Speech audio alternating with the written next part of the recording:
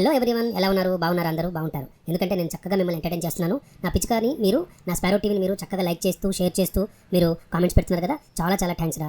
So ఈ రోజు కూడా ఒక మంచి టాపిక్తో మిమ్మల్ని ఎంటర్టైన్ చేయడానికి వచ్చేసాను. So welcome to sparrow TV. ఇప్పుడు ఒక చిన్న స్టోరీ చెప్తున్నాను. ఆ స్టోరీ ఏంటంటే, మనం పక్కన వాళ్ళని డిస్టర్బ్ చేసి వాళ్ళ హక్కులు మనం అప్పుడప్పుడు అంటే వాళ్ళ రైట్స్ని మనం డిస్టర్బ్ చేస్తుంటాం. అలా చేయకూడదు కదా, తప్పు కదా. పిల్లలు, ఈరోజు నేను చెప్పబోయే కథ ఏంటంటే, ఎవరి రైట్స్ వారివే, ఎవరి హక్కులు వాడివే అనమాట. సో ఎవరిని మనం డిస్టర్బ్ చేయకూడదు, ఓకేనా? ఇప్పుడు కథ ఏంటంటే, అరుణ్ ఉన్నాడు రా. అరుణ్ వచ్చేసి 5వ తరగతి చదువుతున్నాడు. అరుణ్కి అలా పిచ్చుక కూడా చూస్తున్నాడు. రోజు ఒక పిచ్చుక వస్తుంది, అంటే మా ఫ్యామిలీ మెంబరే, అర్థమైందా? అలా వచ్చి బాల్కనీలో పిచ్చుక నడుస్తుంది. చాలా సంతోషపడ్డాడు. తర్వాత దాని నోట్లో ఒక చిన్న పుల్ల చూశాడు. అరే ఇదేం చేస్తుందా అని చెప్పి అరుణ్ దానికేసి అలా చూస్తూ ఉన్నాడు. ఒకరోజు ఆ పిచ్చుక చిన్న గూడు కట్టడం మొదలెట్టింది. ఆ తర్వాత రోజుకు ఒక ఎండిపోయిన ఆకు, ఎండిపోయిన మొక్కలు అవి ఇవి తీసుకొచ్చి పుల్ల పెట్టి ఆ పిచ్చుక గూడు కడుతుంది.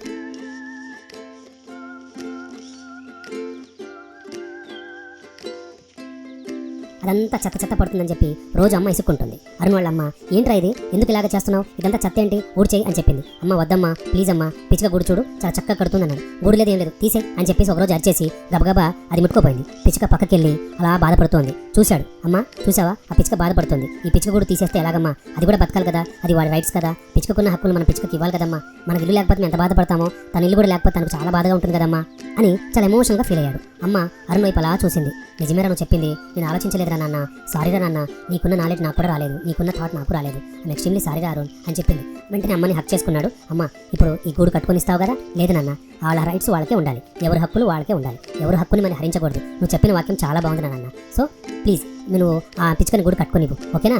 ఓకే, డిస్టర్బ్ చేయొద్దు ప్లీజ్ అని చెప్పి అమ్మ కూడా చెప్పింది. అదిరా పిల్లలు, గట్టిగా క్లాప్స్ కొట్టండి. ఇప్పుడు దీనివల్ల మీకేం తెలిసింది?